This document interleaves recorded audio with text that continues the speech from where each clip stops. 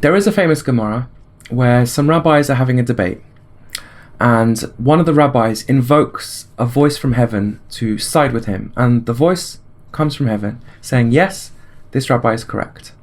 The other rabbis then say, Torah lo b'shamayim hi. The Torah is not in heaven, it's on earth. Therefore, even if heaven agrees with you, it doesn't matter. We have to follow the principles down here, in which case it's a majority. We disagree with you, so therefore we're right because we're the majority.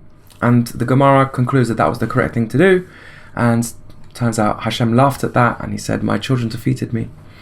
So a lot of Christians like to say, oh, you arrogant Jews, you think you know better than Hashem. See what your Talmud says.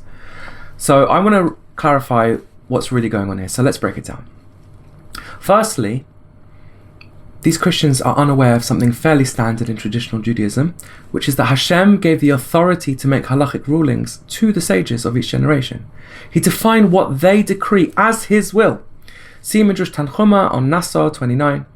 A person should not say, I will not fulfill the commandments of the elders, i.e. the rabbis, since they are not from the Torah. The Holy One, blessed be He, said to them, my children, you are not allowed to say this. Rather, observe anything that they decree upon you as it is stated in Devarim 17:10-11, and you shall do according to ... the law that they shall instruct you. Why? Because I also agree with their words, as it is stated in your Eov 22:28, you will decree and it will be fulfilled for you.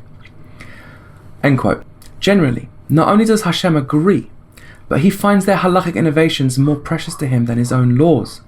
See Mishnah Sanhedrin 11:3 and the discussion there. It is codified as an actual mitzvah of the 613 mitzvot, based on the explicit verse that we quoted in Devarim 17:10 and onwards. The mitzvah for us to listen to the rabbis. See Sefaria 495, for example. Note how this creates a logical identity between Torah law and rabbinic law.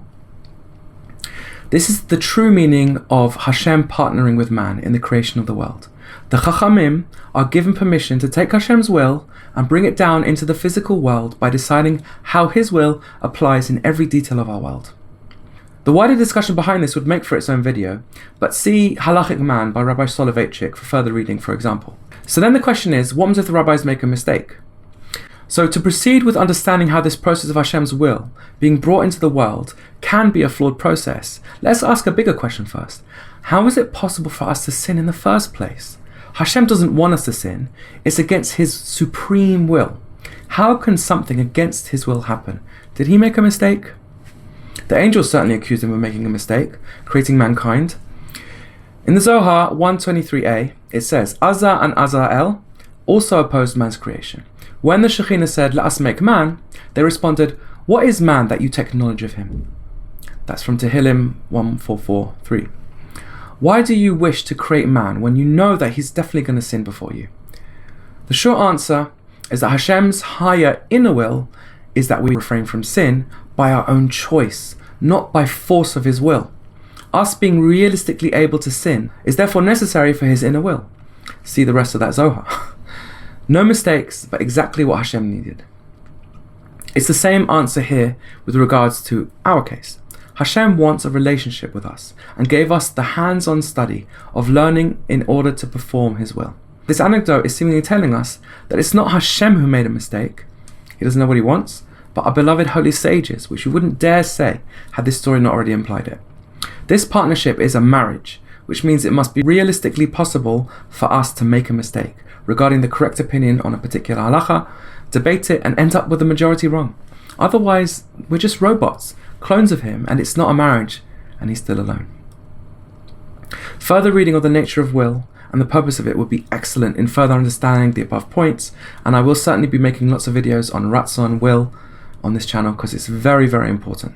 It would also be prudent for you to look into the halachic process and the history of the oral tradition at this point and how it was transmitted.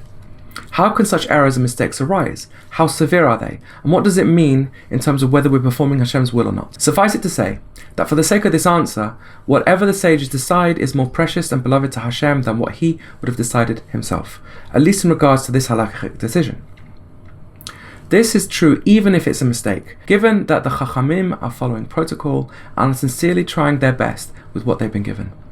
The Hasidic definition of good means what is important to you matters more to me than what is important to me, and Hashem is the ultimate good. The what if they made an evil decision question is a bit more complex. It is theoretically possible, but the systems that Hashem put into place ensure that this is unlikely.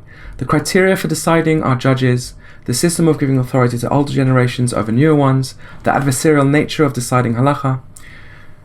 This is also a huge topic out of scope for this answer that would also be worth looking up separately. It also seems, historically speaking, that when the corruption of exile became too much of a problem, the halachic process became more rarefied and less innovative, in order to avoid our knowledge of Hashem's will becoming corrupted too. This occurred thanks to the checks and balances given at Sinai, applied by the last of our truly great leaders, and guided by Hashem's hand of hashgacha. For example, in Hosea, we can see that he ruled incorrectly.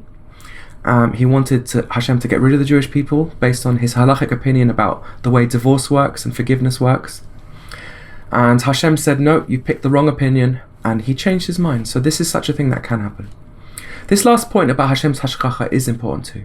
We follow his protocol and try our best, and then we say in our prayer, we are fallible and prone to making mistakes. Please help us ensure that we don't destroy your world with the huge responsibility you've given us. And that prayer has been answered. We have made it 3,335 years since Sinai, and Hashem has indeed listened to the rabbis on these matters. Yet here we are, keeping Torah and mitzvot faithfully until this day. In summary, this story of the rabbis siding against Hashem does not raise the point of Hashem making mistakes, and certainly doesn't imply that he made one here. Hashem's saying, my children defeated me, comes with a laugh because it is out of the delight of his inner will that we precious yet fallible people of his are sincerely trying to know, get close, and fulfill the mission of our God with our own free will. Definitely not a mistake, but the whole point of creation.